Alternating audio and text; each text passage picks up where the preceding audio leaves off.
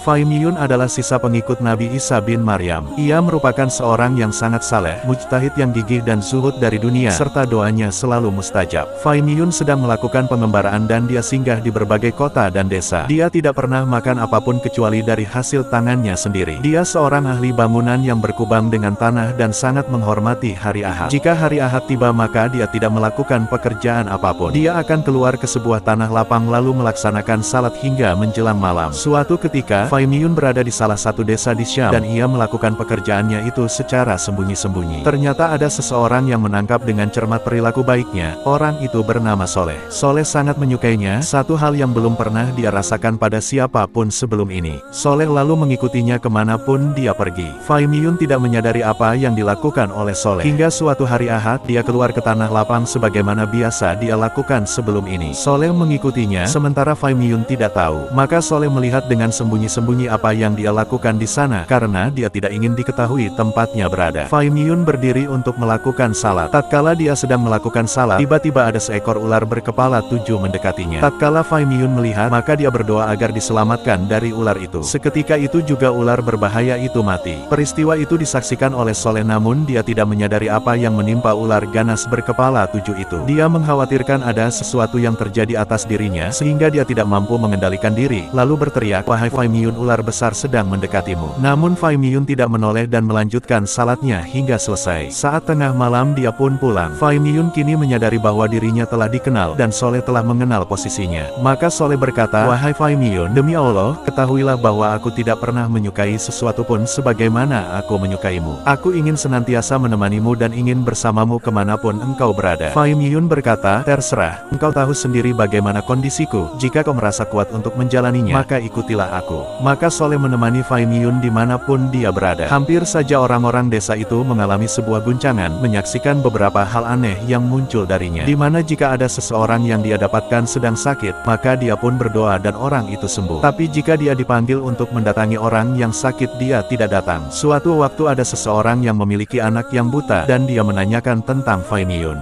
Dikatakan kepadanya bahwa Fai Miyun tidak akan datang jika dia panggil oleh seseorang, namun dia adalah seorang pekerja bangunan yang mendapatkan upah. Lelaki itu datang menemui anaknya dan meletakkannya di sebuah kamar, lalu dia menutupinya dengan kain. Kemudian lelaki itu menemui Fai Miyun dan berkata, "Wahai Fai Miyun, sesungguhnya aku menginginkan sesuatu untuk dikerjakan di rumahku. Maka berangkatlah bersamaku hingga engkau melihat kondisinya, dan aku akan memberimu bayaran atas pekerjaanmu tersebut." Maka Fai Miyun berangkat bersama lelaki itu, hingga mereka tiba di kamar tempat anaknya diletakkan. Lalu Fai Miyun berkata, "Apa yang hendak aku kerjakan di rumahmu ini?" Lelaki tadi berpura-pura memberitahu satu persatu pekerjaan yang harus diselesaikan Fai Miyun, dengan menunjuk ke sekeliling kamar tersebut. Segera ia menyingkapkan kain yang menutup sang anak, seraya berkata, "Wahai Fai Miyun, anakku adalah salah seorang hamba Allah, dan dia telah ditimpa penyakit sebagaimana yang engkau saksikan. Maka doakanlah agar dia sembuh." Fai Miyun mendoakan anak itu, maka bangkitlah anak itu seperti seorang yang tidak menderita mengalami sakit apapun. Tahulah Fai Miyun bahwa dirinya kini telah diketahui oleh banyak orang. Untuk itu dia segera keluar meninggalkan desa tersebut yang ditemani oleh Soleh. Tatkala dia sedang berjalan di sebagian negeri Syam, dia melewati sebuah pohon yang sangat besar. Tiba-tiba seseorang memanggilnya dari arah pohon itu, "Wahai Fai Miyun." Fai Miyun menjawab, "Ya."